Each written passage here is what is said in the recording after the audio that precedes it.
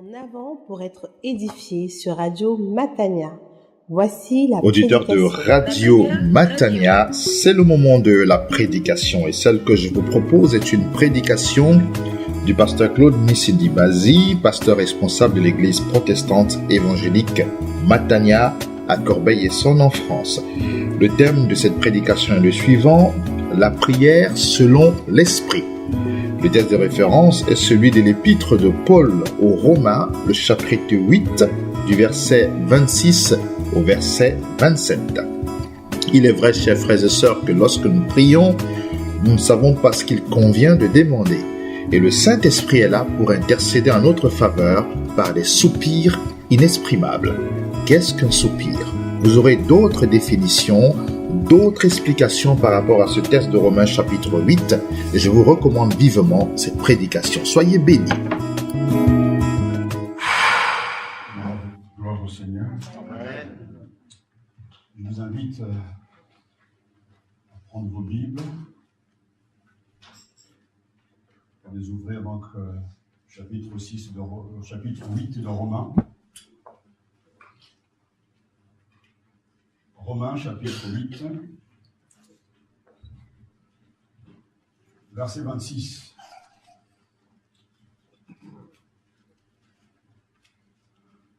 À la lecture de la Bible, nous nous levons tous. Aussi de respect, non pas pour moi, mais regarde la parole de Dieu lui-même. Ouais. Romains chapitre 8, verset 26 à 27.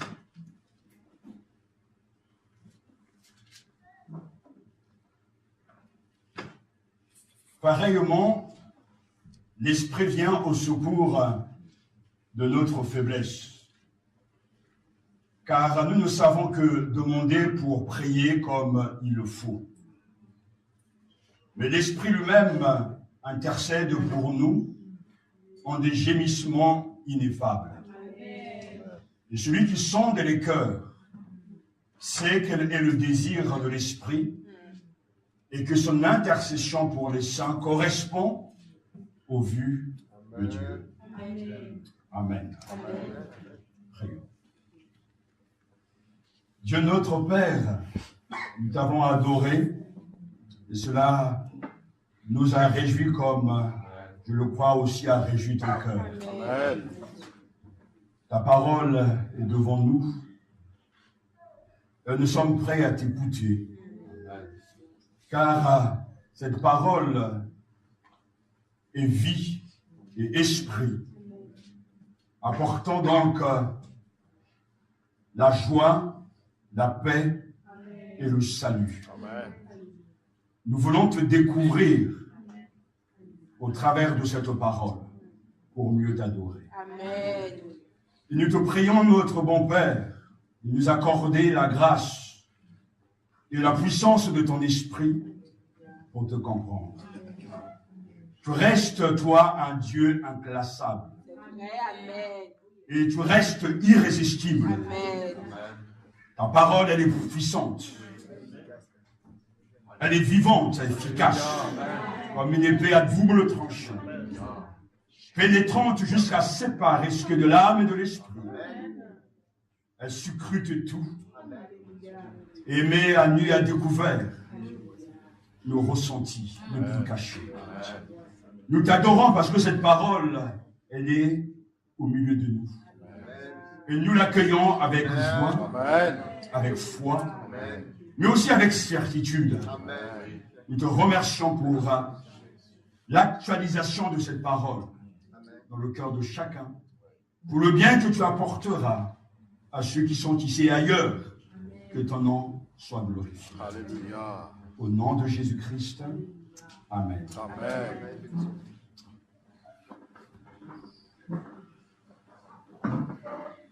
J'aimerais partager avec vous donc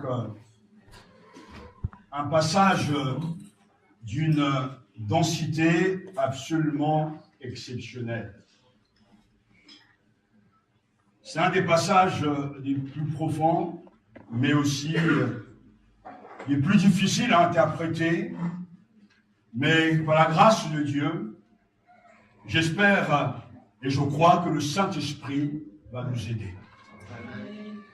Je disais donc, c'est un passage d'une densité absolument exceptionnelle, l'aide de l'Esprit dans notre faiblesse concernant la prière. Pour prier comme il faut prier selon Dieu. Mais cela ne peut venir que de Dieu, qui seul se connaît. Mais voici le secours, l'aide. L'Esprit de Dieu met dans nos cœurs la vraie prière. Il prie pour nous comme Dieu le veut, pour ceux qui lui appartiennent, et Dieu qui voit le fond des cœurs sait ce que l'Esprit veut demander. Un chrétien ne prie donc jamais seul. Le chrétien est aidé par la troisième personne de la Trinité, le Saint-Esprit. Dans ce chapitre, il est question de 3 soupirs, ou 3 gémissements selon les versions. Il y a d'abord le soupir de la création. Verset 22, « Or nous savons que jusqu'à maintenant, la création tout entière soupire et souffre les douleurs de l'accouchement. » Ensuite, au verset 23, il est question du soupir, le soupir des chrétiens.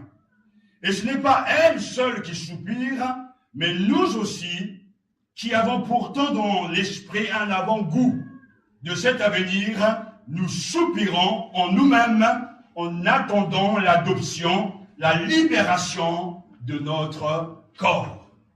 Et le verset 26 que nous venons donc de lire nous dit que nous soupirons nous de même, l'esprit aussi nous vient en aide dans notre faiblesse.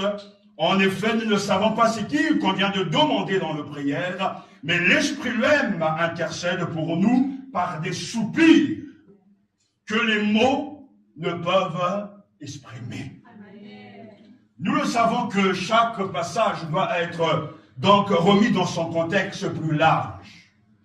Il est bien question, bien sûr, des soupirs, des gémissements intérieurs. Le Dieu créateur a créé donc le monde, et le monde qu'il a créé a été touché par le péché, et nous vivons dans un monde déchu, au point que même le monde soupire, gémit, des douleurs de l'enfantement. C'est comme si les arbres, les animaux expriment leur douleur d'être tachés par le mal. Non seulement ils gémissent, donc encore dans les douleurs de l'enfantement, mais ce n'est pas simplement la création, mais aussi le chrétien gémit intérieurement. Et ce gémissement découle du fait que dans ce monde déchu, les choses sont difficiles. Dans ce monde déchu, nous souffrons. Dans ce monde déchu, nous avons déjà des acquis, mais nous ne sommes pas encore dans l'état de la gloire éternelle. Nous avons reçu le salut. Nous avons reçu le pardon de nos péchés. Nous avons reçu l'héritage de Dieu en gage. Mais nous ne sommes pas dans le pas encore accompli. Donc, dans l'attente de ce grand jour, de la rédemption de nos corps, de la résurrection de notre chair, nous souffrons intérieurement. Et il n'y a pas là une contradiction, puisque Paul le dit très clairement, nous aussi qui possédons les prémices de l'esprit, nous gémissons intérieurement. Si vous entendez quelqu'un dire que le chrétien ne souffre pas, que le chrétien ne soupire pas, que le chrétien n'est pas essoufflé, il ment. Parce que même avec tous ces bienfaits de Dieu, nous sommes dans un monde qui nous freine, qui cherche à nous bloquer, et un monde qui cherche à nous ralentir dans notre marche. Et dans cette attente de la gloire céleste, nous gémissons intérieurement. Mais pourtant, nous ne sommes pas abattus. Nous souffrons, mais nous n'abandonnons pas. Parce que notre espérance est fondée sur Dieu. Dieu est notre espérance. Et l'apôtre le dit très clairement, l'espérance ne trompe pas, car l'amour de Dieu a été répandu dans nos cœurs par l'Esprit Saint qui nous a été donné. Romains chapitre 5, verset 5. Mais pourtant, l'attente est la condition présente du croyant. Dans un monde déchu au travail, où Dieu poursuit son œuvre avec patience, attendre est rarement confortable. D'où ces gémissements, ces plaintes que l'on entend dans la création et qui s'élèvent également en nous. Mais nous sommes sauvés. Nous sommes en route pour la gloire. Ce qui demeure à faire en nous nous oblige à espérer encore. Mais nous savons que Dieu comblera notre attente. Vous qui attendez et qui hâtez la venue du jour de Dieu, où les cieux enflammés se dissoudront, où les éléments embrasés se fondront, nous attendons, selon sa promesse, des cieux nouveaux et une terre nouvelle, où la justice habite. C'est pourquoi, mes amis, dans cette attente, faites effort pour qu'il vous trouve dans la paix, nette et irréprochable. 2 Pierre chapitre 3, versets 12 à 14. Et dans ce temps d'attente, l'Esprit soutient notre espérance. L'Esprit Saint soutient notre espérance en attendant la rédemption. L'Esprit garantit aussi et fortifie l'espérance chrétienne. Il vient donc au secours de notre faiblesse concernant la prière. Et c'est pour ça que Paul a dit pareillement, l'Esprit vient au secours de notre faiblesse. Car nous ne savons que demander pour prier comme il faut. Mais l'Esprit lui-même intercède pour nous en des gémissements ineffables. Et celui qui sonde les cœurs sait quel est le désir de l'Esprit et que son intercession pour les saints correspond au vues de Dieu. Dans la prière, il y a ce que nous savons. Dans la prière, il y a ce que nous savons. Que fait-on quand on prie? Quand je prie, j'occupe ma place devant Dieu. Mieux encore, j'occupe ma juste place devant lui. Quand je joins mes mains, je suis devant Dieu. Quand j'ouvre ma bouche, je suis devant Dieu. Quand je ferme mes yeux, je suis devant Dieu. Quand je suis à genoux, je suis devant Dieu. Quand je me couche en position de jeûne, je suis devant Dieu. Quand je prie, je me tiens devant le Seigneur. Et cette vérité change beaucoup de choses, car je me présente devant le Dieu transcendant. Je suis devant celui qui est le maître de l'univers. Je me tiens devant celui qui est capable de provoquer des événements. Je me tiens devant celui qui est capable de changer les cœurs. Quand je prie, je suis devant Dieu. Et c'est pour ça, quand je prie, je n'ai pas besoin de faire beaucoup de choses, d'exercices, ou de faire des choses incroyables. Non, quand je prie, Jésus dit simplement, quand tu veux prier, ne soyez pas comme les hypocrites qui aiment faire leur prière debout dans les synagogues et les carrefours afin d'être vus des hommes. En vérité, je vous les déclare, ils ont reçu leur récompense. Mais écoutez bien ce que Jésus dit. Pour toi, quand tu veux prier, entre dans ta chambre, la plus retirée, verrouille ta porte et adresse ta prière à ton Père, qui est là dans le secret. Et ton Père qui voit dans le secret te le rendra. Matthieu chapitre 6, versets 5 à 6. Notre Père sait ce dont nous avons besoin. C'est pour ça que Jésus poursuit. Quand vous priez, ne rabâchez pas comme les païens. ils s'imaginent que c'est à force de paroles qui se feront exaucer. Ne leur ressemblez donc pas, qu'à votre percée, ce dont vous avez besoin avant que vous le lui demandiez. Dire à Dieu ce qu'il sait, ce n'est pas nécessaire. Mais le Seigneur nous situe la prière dans un contexte particulier. Nous avons un Père qui voit dans le secret tout ce que nous sommes en train de faire et dire. Donc, lorsque nous prions, nous nous tenons devant Dieu. Lorsque nous présentons nos requêtes, nos attentes, nos demandes, nous devons le faire en pleine conscience que c'est devant le Seigneur, devant le Père Céleste que nous sommes. C'est pour cela, nul n'est besoin de rabâcher, nul n'est besoin de ce blabla spirituel, puisque Dieu examine nos cœurs et il sait réellement ce dont nous avons besoin. Nous devons prier avec assurance. Et nous serons exaucés, car votre Père qui est là dans le lieu secret, dit bien, te le rendra. Alors je vous encourage à la prière persévérante.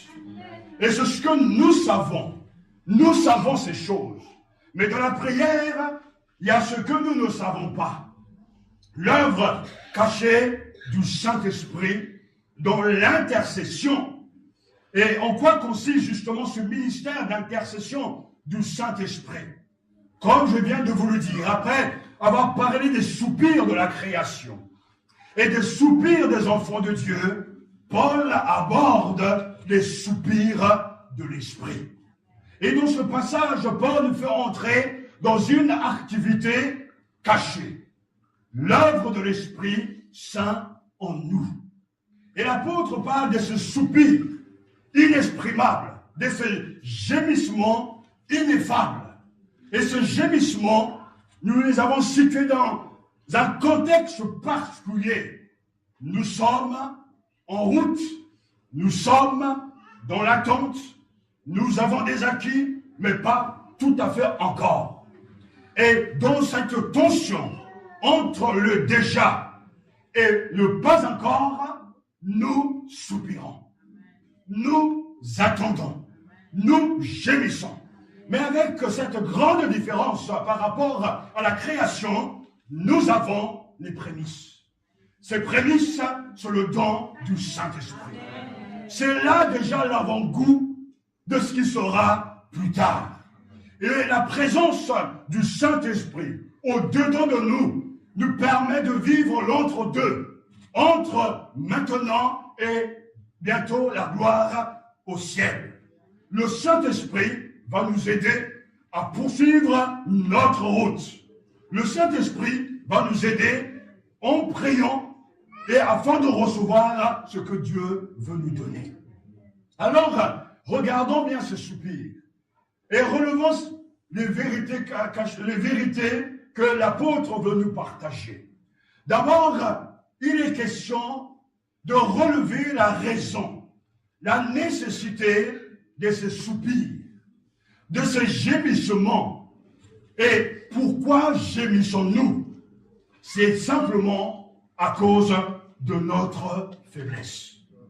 Nous gémissons parce que nous sommes des êtres humains finis. Nous n'avons aucun pouvoir. Nous n'avons aucune capacité de changer les circonstances ou de changer les gens. Et c'est pour ça que nous avons besoin d'exprimer tout ce qu'il y a au-dedans de nous. Nous gémissons parce que nous sommes faibles. Et Paul le dit très clairement, pareillement, l'Esprit vient au secours de quoi? De notre faiblesse. Le mot grec traduit par faiblesse peut inclure une incapacité physique, une incapacité émotionnelle ou une incapacité spirituelle. Il y a du bon ce matin d'entendre et de savoir et d'accepter que nous sommes des êtres faibles. Je ne parle pas ici de cette faiblesse liée du fait que nous sommes facilement enclins à pécher contre Dieu. bien que cet état de péché est en nous. Mais je parle de cette finitude, de notre incapacité en tant qu'être humain à changer tout ce qui doit être changé. On nous promet bien de choses, les politiques le font, les prédicateurs, etc. Mais nous savons que l'être humain, livré à lui-même, ne peut rien changer. Il a besoin de l'aide du Saint-Esprit. Et Paul le dit très clairement, il relève la raison, la nécessité de cette aide, c'est à cause de notre faiblesse. La faiblesse se situe dans le domaine de la connaissance. Nous ne savons pas, mais entre guillemets, il y a cette faiblesse dans le cœur, dans la vie de croyant, parce qu'il n'arrive pas à se concentrer, il n'arrive pas à suivre le Seigneur, il n'arrive pas à aller plus loin avec le Seigneur. Cette faiblesse, cet état de justement qui paralyse et qui t'empêche d'aller plus loin, sache que tu ne pourras rien y faire, sauf celui qui est au-dessus de tout, la personne du Saint-Esprit. Amen, amen. Et Paul poursuit donc par le fait que nous, dira-t-il, l'Esprit vient au secours de notre faiblesse, car nous ne savons que demander pour prier comme il le faut. C'est quand même quelque chose d'incroyable. La preuve, elle est là. Pourquoi ce soupir? C'est parce que nous gémissons. Nous sommes faibles. Et les personnes auxquelles l'apôtre, en tout cas, pense ne constituent pas l'élite des élus. Ce sont des chrétiens ordinaires, mais des chrétiens authentiques. Un vrai chrétien souffre toujours. Un vrai chrétien connaît aussi le chemin de la croix.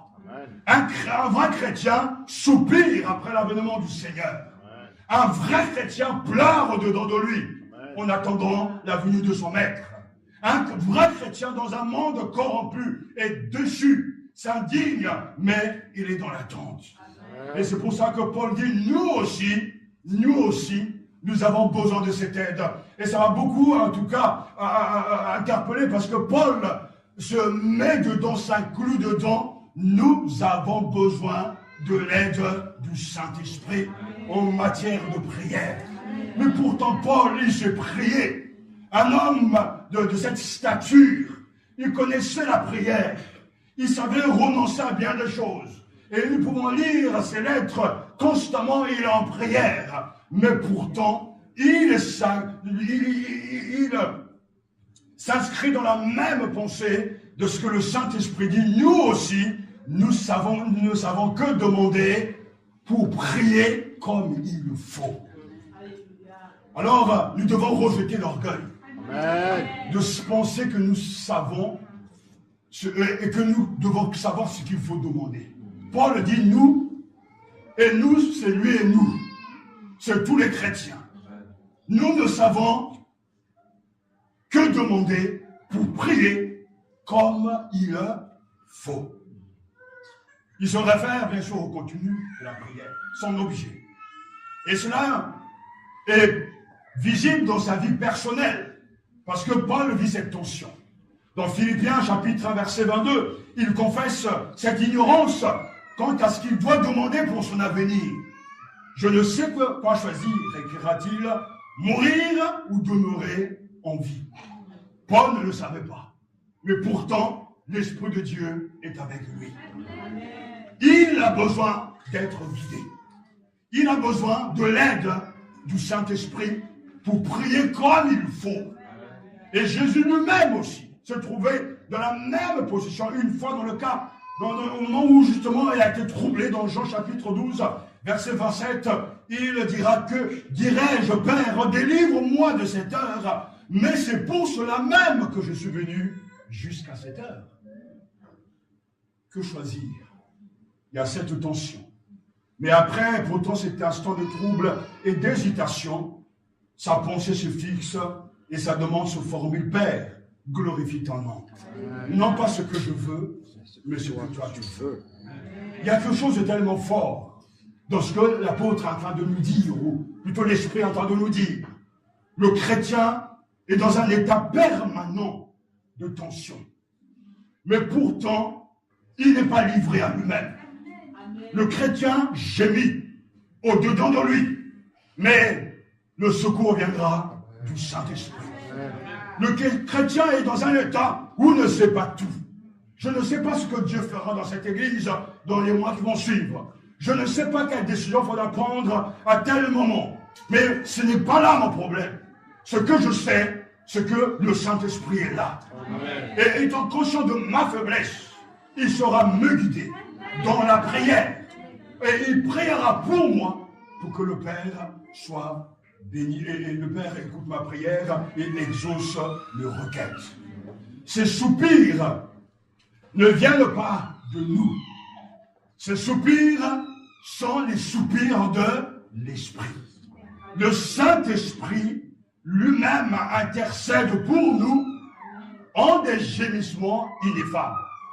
Paul d'abord nous donne la raison, notre faiblesse, mais il nous donne aussi et il relève l'auteur de ces gémissements. L'auteur de ce soupir, c'est le Saint-Esprit. L'assistance ou l'aide du Saint-Esprit concerne notre capacité à savoir quoi demander, mais lui, dans notre finitude, au-dedans de nous, soupire, gémit. Et ce gémissement, ces soupirs, sont la vraie prière.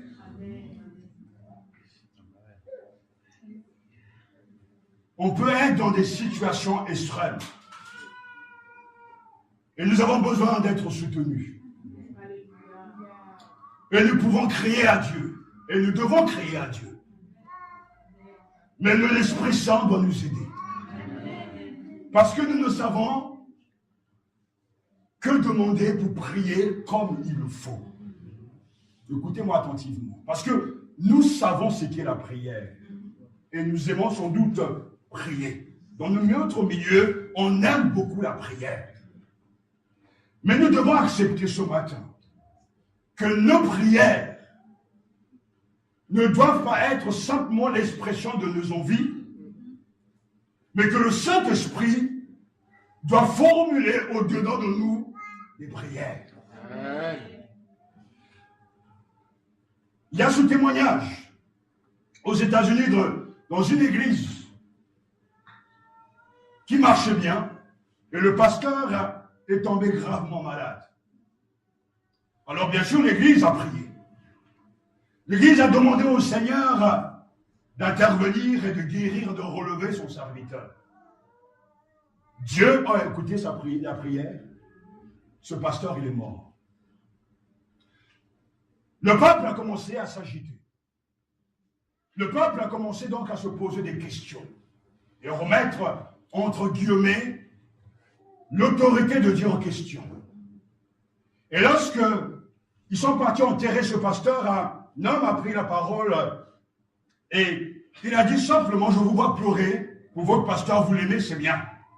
Vous avez prié. Dieu a décidé de le reprendre. Où est votre problème? Où est votre problème? Mais vous demandez à Dieu que sa volonté soit. Mais où est maintenant le problème puisqu'il vient de faire ce qu'il veut?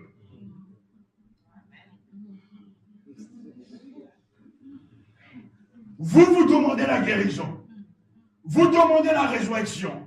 Dieu exauce la prière, il reprend son serviteur. Et ce que j'aimerais vous dire, c'est que ces prières, vos prières ont été entendues pourtant. Mais le Saint-Esprit les a reformulées différemment. Ce qui veut dire que la volonté du Saint-Esprit s'est manifestée pour vous. Il est parti. Le pasteur n'est plus là. Mais maintenant, vous comptez sur le Saint-Esprit. Amen. Mais où est le problème alors? En fait, en réalité, il n'y en a pas, mais c'est un problème pour nous. Parce que nous ne sommes pas d'accord avec Dieu. Nous voulons dicter à Dieu nos envies. Ce que je veux et non pas ce que toi tu veux. C'est pour cela que nous avons besoin de l'aide du Saint-Esprit. Celui qui doit prier au-dedans de nous afin de bien formuler nos prières que Dieu va exaucer. L'Esprit vient à notre secours.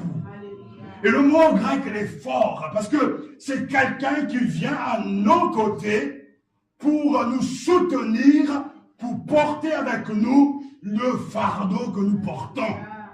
Le Saint-Esprit est notre secours.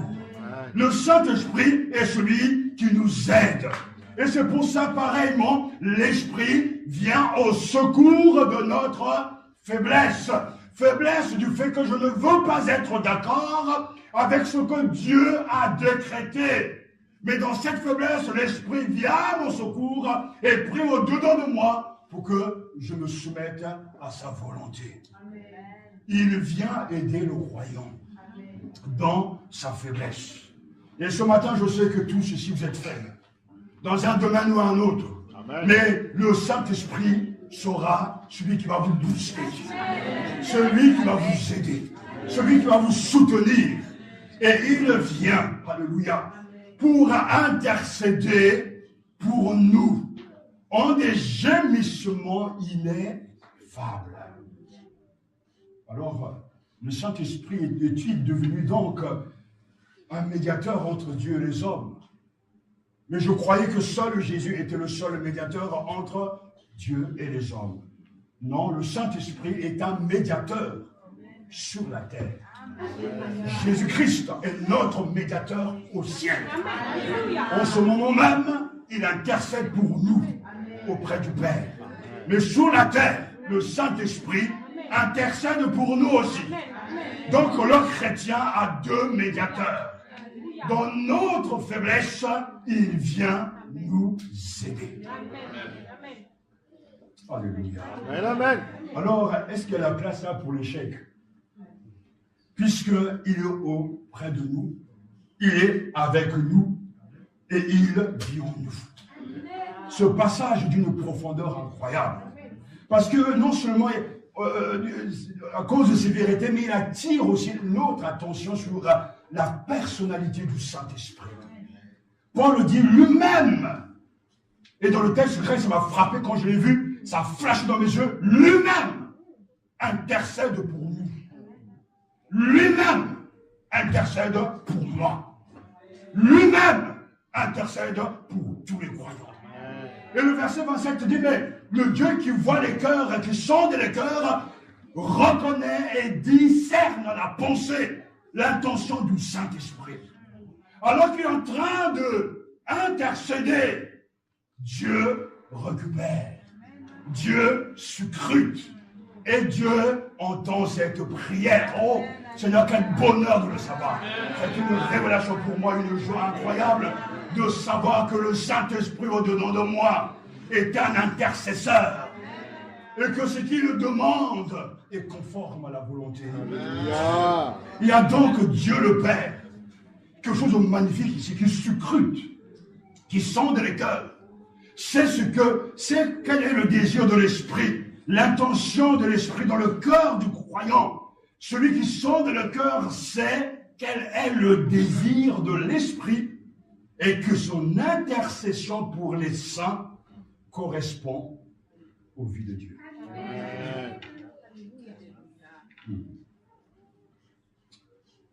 Comment justement nous représenter cette intercession de l'Esprit? Il est bien dit par des gémissements inexprimables. Mais qu'importe. Certains donc qui ont vu ici le parler en langue, mais ce n'est pas le cas. Puisque la création soupire, on ne le voit pas. Le chrétien soupire, on ne le voit pas, bien qu'on l'exprime quelquefois. Mais l'Esprit aussi soupire au-dedans de nous, mais pour nous aider dans notre faiblesse. Mais c'est pourtant ce qui est un encouragement pour nous. Dieu sonde et scrute le cœur. Dieu voit le fond des cœurs et il voit et il comprend la pensée de la Trinité. Ce qui est remarquable ici, et c'est la force de ce que j'aimerais tellement en plus vous partager, le don du Saint-Esprit dans le cœur d'un croyant. Mais c'est là la vie. Sans le Saint-Esprit dans le cœur, il n'y a rien de Dieu. C'est dans le cœur que se décide tout. C'est dans le cœur que le siège donc de l'amour, des sentiments, de la pensée, la source de la perception, des émotions, du comportement. C'est dans le cœur où le Saint-Esprit habite que Dieu voit et sent. Notre cœur est le centre de notre personnalité, le siège de nos engagements personnels, le centre de contrôle de notre personne tout entière. Ce qui est dans le cœur détermine ce que nous pensons, ce que nous faisons et ce que nous ressentons. L'esprit, la volonté, les émotions ont tous leurs racines dans le cœur. L'apôtre dit, mais l'Esprit lui-même intercède pour nous en des gémissements ineffables, et celui qui sonde les cœurs sait.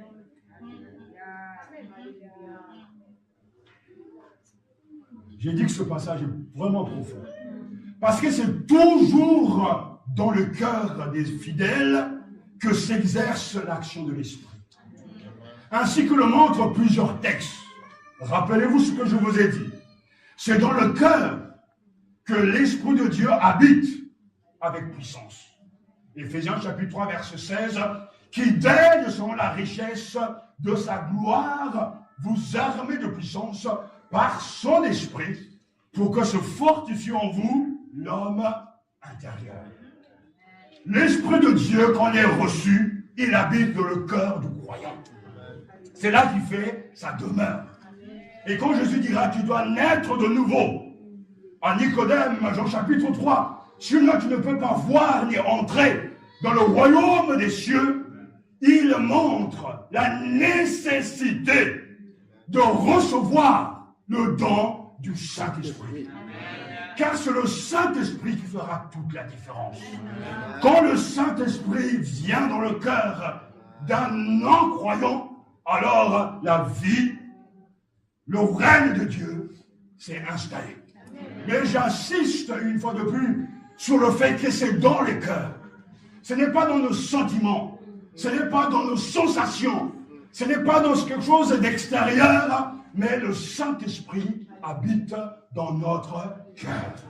Et tout à l'heure, nous l'avons lu dans Romains chapitre 5, verset 5, l'amour de Dieu est répandu dans nos cœurs par le ce Saint-Esprit donc répand dans le cœur du croyant l'amour de Dieu. Ce n'est pas l'amour que nous avons de Dieu, non, c'est l'amour que Dieu a pour nous. Donc, si je veux me sentir aimé, si je veux me sentir entouré, le Saint-Esprit doit déverser dans mon cœur l'amour de Dieu. Et je serai transformé. Parce que je pourrais comprendre la largeur, la hauteur, la profondeur de l'amour infini de Dieu. C'est une grande vérité que de réaliser que Dieu m'aime. Que Dieu t'aime. En fait, souvent dans notre faiblesse, on ne nous croit pas trop. Parce que si Dieu m'aimait, pourquoi ceci, pourquoi cela? Mais la vraie conversion commence au moment où le Saint-Esprit, alléluia, la troisième personne de la Trinité, déverse dans le cœur d'un homme pourri, dans le cœur d'un homme méchant, femme y compris bien sûr, dans le cœur d'un homme ingrat, l'amour de Dieu.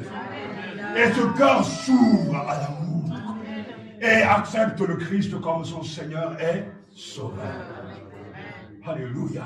Et là, vous êtes dans les bras du Seigneur. Parce qu'il paraît hier, c'était la journée internationale du câlin. Ils savent pourquoi inventer.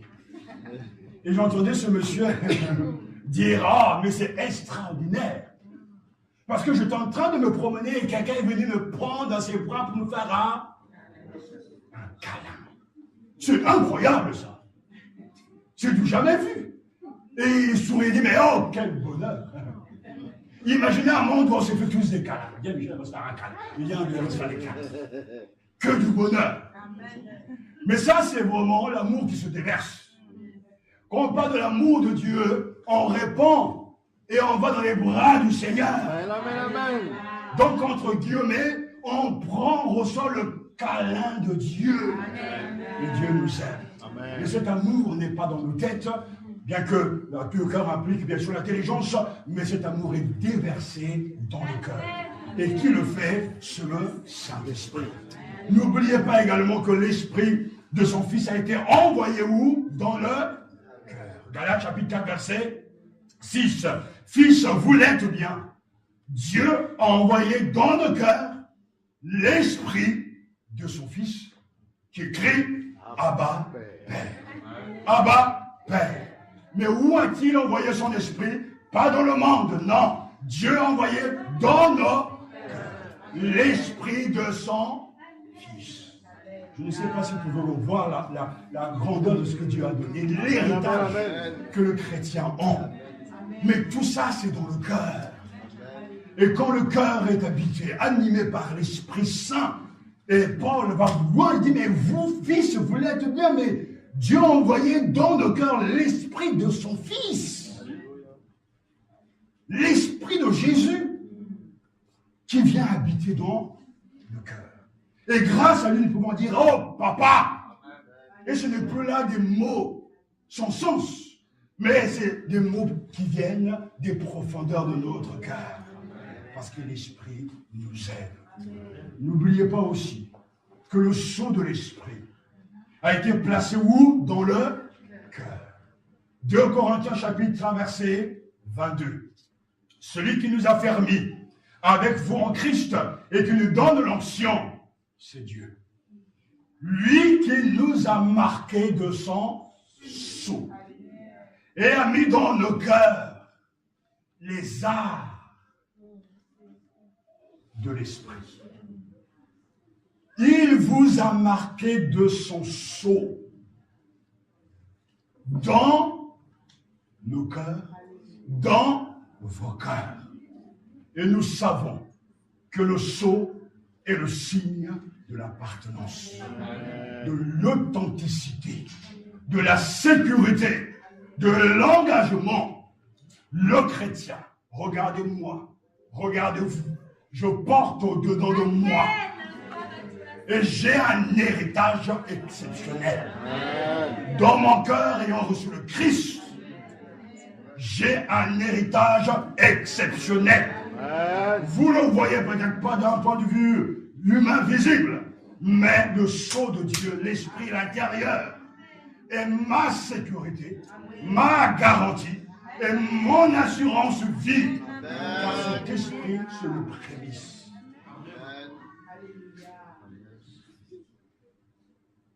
Et c'est pour ça que tout est une question de cœur.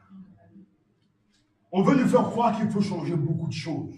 Il faut faire ça, il faut faire ceci, etc., etc. Au bout de plusieurs années de ministère, je suis venu maintenant à être toujours convaincu que tout se passe dans le cœur. Quand le moteur est bon, les gens sont bons. Quand le moteur est rempli d'amour, du fuel spirituel, la machine marche. Et c'est le Saint-Esprit qui l'apporte. C'est pour ça que la Bible dit constamment que Dieu sonde nos cœurs. Dieu voit nos cœurs. Il y a plusieurs textes. Et toi, mon fils Salomon, connais le Dieu de ton Père et sers-le d'un cœur intègre et d'une âme empressée. Car le Seigneur sonde tous les cœurs et discerne toute forme de pensée. Si tu le cherches, il se laissera trouver par toi. Mais si tu l'abandonnes, il te rejettera pour toujours. 1 Chronique, chapitre 28, verset 9. Paul, pourtant, lit l'Ancien Testament, c'est clair. Il dit que l'Esprit intercède lui-même pour nous en des gémissements ineffables, et celui qui sonde les cœurs. Le Dieu qui sonde les cœurs est le même, hier, aujourd'hui et éternellement. Quand David conseille son fils, il lui dit, fais attention mon fils, sers le Seigneur d'un cœur intègre et d'une âme empressée, car le Seigneur sonde tous les cœurs et discerne toute forme de pensée. Vous savez, mon Dieu, il est en train de vous regarder. Moi, je vous vois simplement de manière physique. Et si par la grâce de Dieu, j'ouvre mes yeux spirituels, je vous verrai dans le monde spirituel. Mais lui, il est en train de sonder votre cœur à ce moment. Il est en train de l'examiner. La manière que vous allez réagir, la manière que vous êtes en train de penser là-dedans. il scrute tout et il voit tout. Et ça me rassure, et ça doit vous rassurer. Parce que je sais, mon Dieu, que tu sondes les cœurs et que tu agrées la droiture. Pour moi, c'est dans la droiture de mon cœur que j'ai offert volontairement tout cela. Et maintenant, ton peuple qui se trouve ici, je le vois avec joie t'offrir aussi des dons volontaires. 1 Chronique chapitre 21 verset 17. Une fois de plus, même la manière de donner découle du cœur. Quand le cœur est rempli de Dieu, il est facile, c'est très facile de faire des dons. D'honorer Dieu, parce que le cœur est débordant. Celui qui examine le cœur et les reins, c'est le Dieu juste. Psaume 7, verset 9. Et dans le psaume, il y a également ce passage que vous connaissez bien, du chef de cœur de David, le psaume, Seigneur, tu m'as scruté et tu connais. Le psaume 139, verset 1 et le verset 23. Dieu, scrute-moi et connais mon corps, éprouve-moi et connais mes soucis. Ainsi, tout se passe dans le cœur.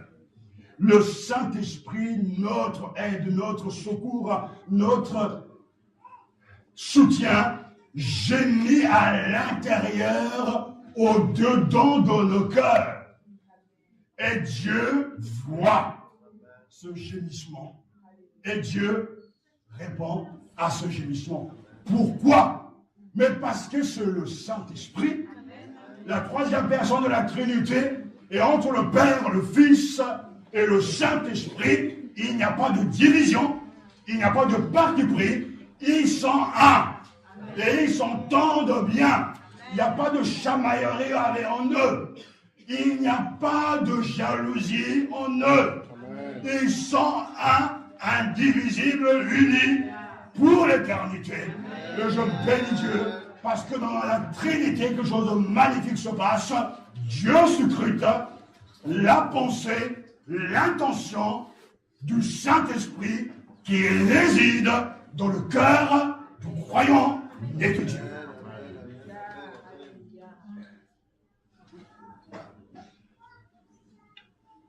Maintenant, ce que ça veut dire, qu'on va se laisser aller. Je n'appelle pas ici à une passivité spirituelle. Puisque le Saint-Esprit gémit au-dedans de moi, alors je n'ai plus besoin de prier. Si tu vas dans ce sens, réponds-toi parce que ce n'est pas ce que Dieu est en train de te dire. Mais je dois prier. Et Paul n'a jamais cessé de nous répéter constamment, prier sans cesse. Mais au moment où je suis en train de le faire, comme je ne sais pas, je ne connais pas l'objet, le contenu, je peux compter sur le Saint-Esprit qui viendra donc incorporer mes demandes et lui va justement les reformuler pour que le Père soit glorifié. Nous pouvons apporter donc au Seigneur nos préoccupations, nos soucis. Nous pouvons donc y apporter nos attentes. Nous pouvons y apporter nos requêtes, nos demandes, nous concernant comme concernant les autres. Mais soyons conscients que le Saint-Esprit va envelopper tout cela. Je ne sais pas comment le fait, mais il le fait. Et le Père saura discerner quelle est l'intention du Saint-Esprit. Cette prière est secrète. Elle se dérobe à notre perception. Et nous ne pouvons savoir ce qu'elle dit, mais elle est, dans nos prières, la vérité de nos prières. C'est selon Dieu qu'il intercède pour qui? C'est dans le texte. Ce n'est pas pour les païens. Il le fait pour les saints. Il le fait pour les saints. Des fois, ça me met mal à l'aise et les gens disent, mais c'est pas pour toi. C'est pour les chrétiens. Et ce message est pour les chrétiens. Pour ceux qui ont reçu l'Esprit. Ouais, vous êtes en train de nous exclure. Non, ça n'a rien à voir. Il faut aussi que toi, tu acceptes le Christ comme ton Seigneur et ton Sauveur. Et tu recevras le don du Saint-Esprit. Et en recevant le don du Saint-Esprit, tu reçois tout. Parce que le Saint-Esprit viendra t'aider. Il montre ta faiblesse, mais il prie au-dedans de toi. Et quand tu vas prier, tu ne seras pas seul. Mais il va prier au-dedans de toi, il va exprimer, il va accompagner tes prières. Parce que Dieu connaît, Dieu sait, Dieu voit les fonds des choses. Nous sommes souvent dans la nuit, dans le brouillard. Nous ne voyons pas où vont toutes ces souffrances, tous ces affrontements, mais Dieu voit tout. Nous ne pouvons pas comprendre ce qui se passe dans le monde. Nous avons du mal à comprendre la méchanceté des uns des autres. Et quelquefois, même dans l'église, on pense que les gens sont avec vous, mais ils ne sont pas avec vous. Mais Dieu voit toutes choses. Et que la différence, c'est celle qui vient de l'habitation du Saint-Esprit. Ce matin, chers amis, chers frères et sœurs, il est indispensable pour toi que tu reçoives le don du Saint-Esprit. Ta vie commence là, se poursuit avec lui et se terminera avec lui. Et c'est pour cela, un chrétien ne prie donc jamais seul. Si vous priez à deux chez vous, en réalité, vous êtes à... Oh, vous n'avez rien fait. Vous n'avez rien fait. Si vous priez à deux à la maison, mari et femme, vous êtes combien donc? Bah non. Vous n'avez pas encore compris le message. Je veux recommencer. Fermez la porte, on va poursuivre ce message. Non. Qui a dit 5? Amen. Est-ce que tout le monde comprend? Si vous êtes à deux, mari et femme, vous priez. Il y a qui avec vous? Le Saint-Esprit. Oui, ça fait. Alors, si vous allez me dire 1 plus 1 plus 1, ça fait 1.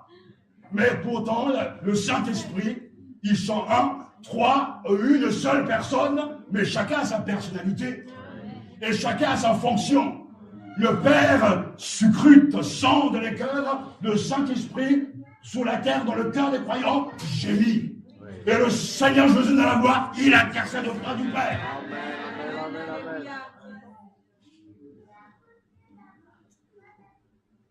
Alors n'allez pas dire que le pasteur Sinbazé a inventé la religion des 5. Parce qu'avec Dieu, c'est toujours possible. Mais vous comprenez dans quel sens je le dis ce matin? Parce que le Saint-Esprit nous aide. Et il nous aide sur la terre. Et ça, c'est un cadeau remarquable. Parce que Jésus, avant de partir, nous a laissé l'autre comme lui. L'Esprit Saint viendra. Il sera avec vous. Il sera en vous. Il sera sur vous.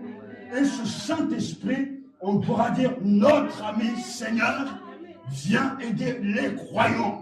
Dans n'importe quelle situation, tu ne sais pas prier, il va t'aider. Tu ne sais pas louer, il va t'aider. Tu ne sais pas lire la Bible, il va t'aider. Son rôle en tant que celui qui vient remplacer le Seigneur de manière physique, son rôle est de prendre ce qui est à lui et de nous l'annoncer. Il vient former Jésus au-dedans de nous. C'est lui qui actualise la Bible. Celui qui nous donne l'excitation de lire. Celui qui donne l'amour des âmes perdues. C'est lui qui nous donne envie de nous engager. C'est lui qui nous envoie comme des missionnaires à l'étranger. Le Saint-Esprit est indispensable. Amen. Et si tu n'es pas sûr de l'avoir reçu, tu n'as pas encore commencé ta vie chrétienne.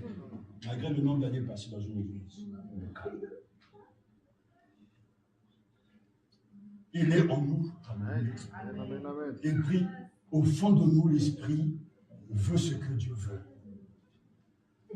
Permettez-moi cette indiscrétion parce que je l'ai vécu à maintes reprises. Il y a des choses qui peuvent paraître bizarres pour certains comme mystiques. Il m'est arrivé souvent.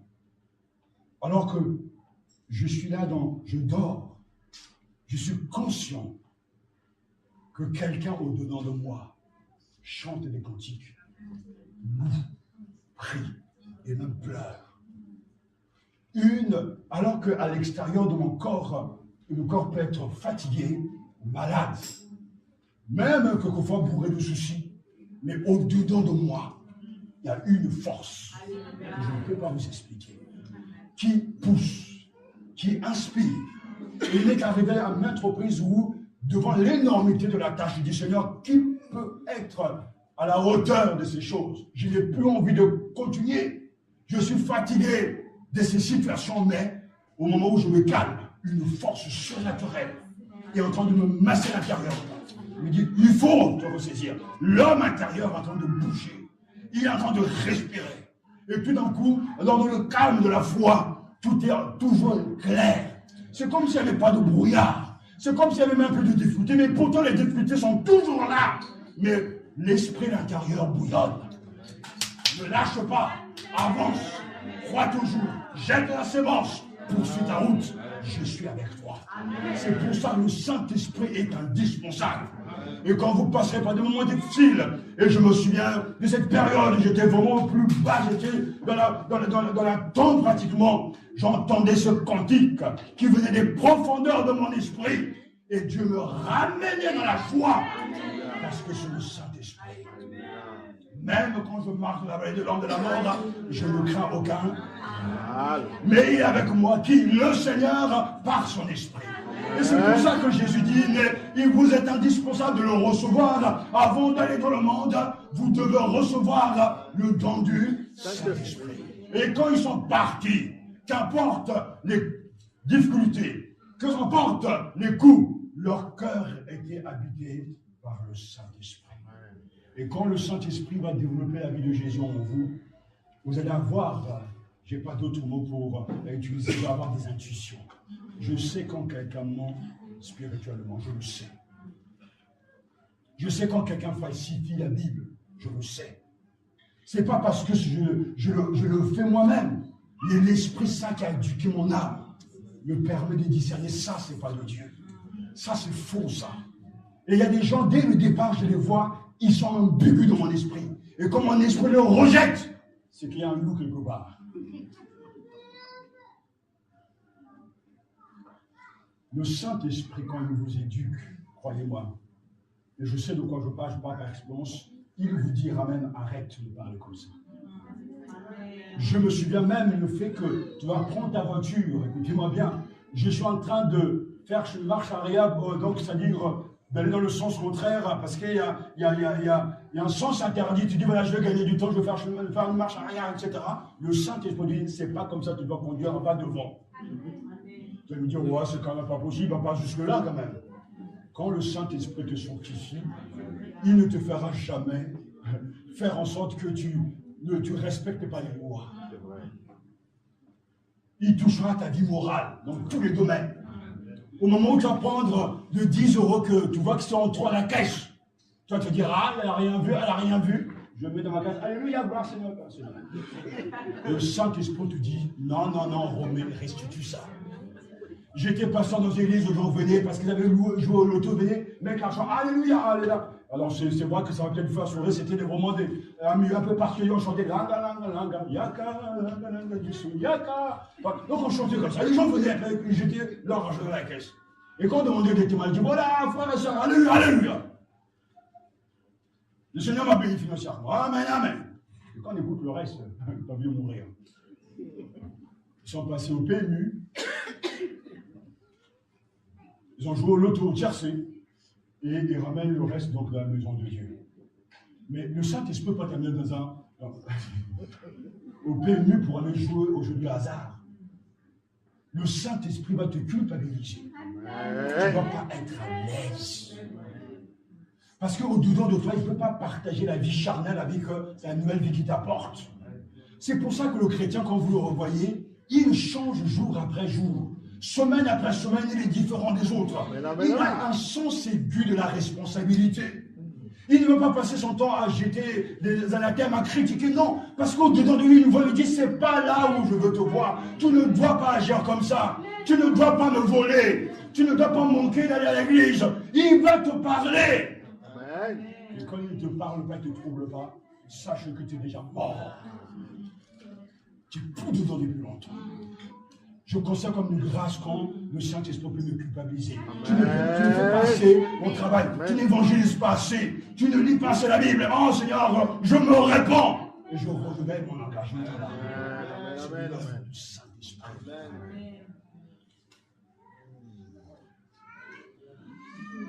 L'Esprit vient au secours de notre faiblesse. Nous ne savons pas.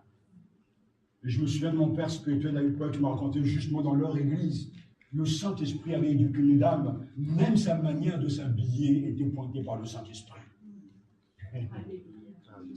Tu es là devant ta garde-robe et puis tu te regardes, mais le Saint-Esprit dit, mais c'est ça que tu veux mettre dans ma maison? On va te changer tout de suite. Amen. Le Saint-Esprit te prend par la main et petit à petit, il travaille. Il change ta mentalité. Un chrétien qui regarde la France ne peut pas dire « Ah, tout va mal dans ce pays !» C'est vrai, tout va mal. Mais dès qu'il a dit ça, il va se mettre, je peux dire « Père, envoie l'Esprit dans ce pays !» Ça, c'est le Saint-Esprit. Et quand on entend de mauvaises nouvelles, nous avons des amis qui sont missionnaires à l'étranger, quand on entend de mauvaises nouvelles de ce qui se passe là-bas, des situations chaotiques dans les églises, on est triste, mais on se met à gémir également. Parce que c'est l'œuvre de Dieu. C'est la maison du Père. Et nous sommes concernés. Au-dedans de nous, le Saint-Esprit veut ce que Dieu veut. Au-dedans de nous, il ne veut que ce que le Père veut. C'est pour ça qu'on sera toujours exaucé.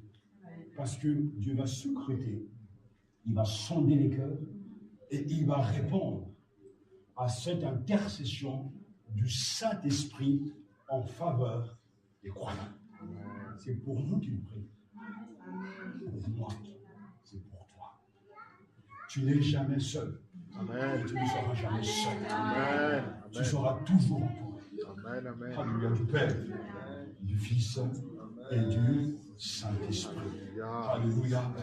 L'Esprit vient au secours de notre faiblesse. Car nous ne savons pas que demander pour prier comme il faut, mais l'Esprit lui-même intercède pour nous en des gémissements ineffables.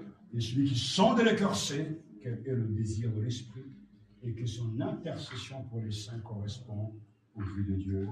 Amen. Prions. Vous venez d'entendre la parole de Dieu. Cette parole qui vivifie, qui sauve. Je vous invite à prier afin qu'elle trouve en vous une terre fertile. Soyez